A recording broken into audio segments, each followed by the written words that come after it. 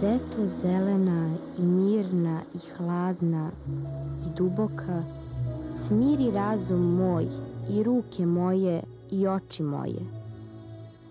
Zeto zelena i hladna i duboka, utopi se u mene.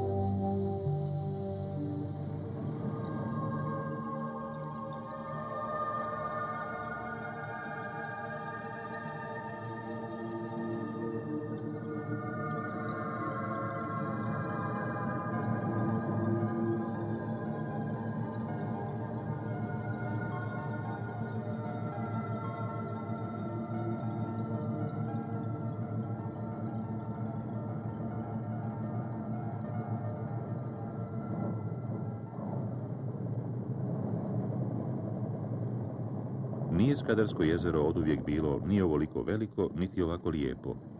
Kažu da je do 1858. godine to zapravo bila poveća lokva vode prema gradu Skadru.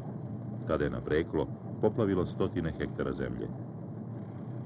Albanska rijeka Drim, mijenjajući korito, nanijela je ogroman mulj i pijesak na ulazu u Bojanu i tako spriječila oticanje vode iz jezera. Izgubljena je tako žitnica, ali prispjele su sa vodom i neke prednosti, od ublažene klime, koristi od ribarstva, pa do ljepote, a za nju vredi i ratovati. Veliki Grci su jednom davno pod Trojom to strasno činili. Ova krševita ostrvca nazivaju se Gorice.